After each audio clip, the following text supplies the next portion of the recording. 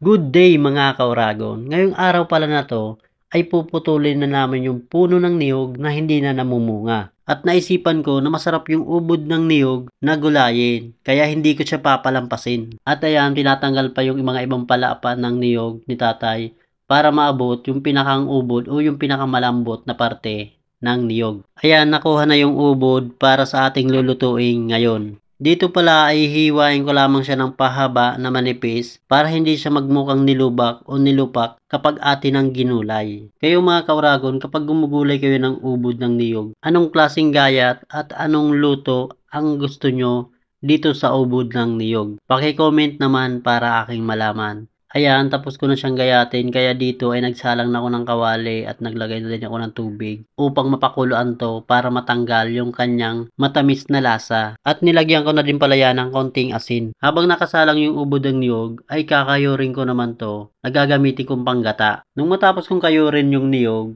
ay isusunod ko namang gayatin itong siling labuyo at dadami-damihan ko lang siya para talagang labas yung almoranas. At syempre, kasunod yan, yung mga pangpa-aromatiko, kagaya nitong sibuyas, kapiranggot na luya, at isang buong bawang para solid na solid yung kanyang aromatiko. Hampas-hampas lang ng ganyan, goods na yan.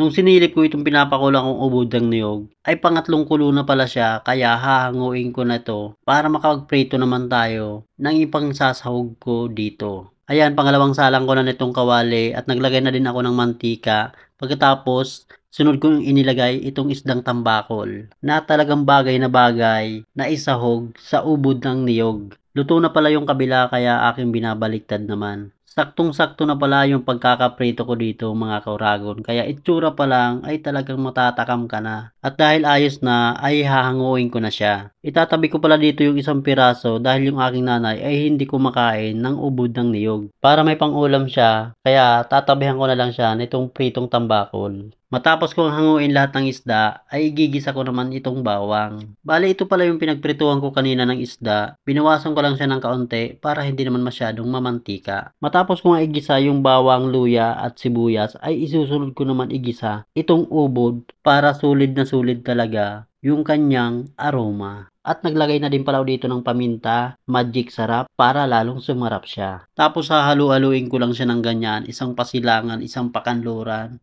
Okay na yan, at dahil halong halo na yan ay lalagay ko na tong gata. Unang piga pala ito mga kauragon at hindi ko siya ubusin para kung sakaling medyo tuyo yung gata ay mayroon pa akong ipanglalagay kasi mas gusto ko dito yung creamy yung gata at medyo may kaunting sabaw na ipangsasabaw sa kanin. Dahil luto na yung ubod ng niyog sa gata kaya ilalagay ko na tong siling labuyo. Pagkatapos halo-haloin ko lang siya ng kaunti at isusunod ko naman ilagay itong siling green para mas malakas yung sipa ng anghang. Itsura pa lang nito ay talagang panalong-panalo na. Taob na naman ang kanin nito sa akin. At ito na nga ay inilalagay ko na yung prinito ko kaninang isda na tambakol. At pagkatapos ay papaliguan ko lang siya ng gata para maging swabing-swabe yung kanyang lasa. Kumbaga maging nuot sarap yung gata dito sa pritong isda. At ayan, tapos ko na siyang maluto. Ito, naka-plating na siya. Kaya kakain na tayo mga kauragon. Saktong-sakto lang pala yung pagkakaluto ko dito sa ubod ng niyog. Hindi naman siya yung napakalambot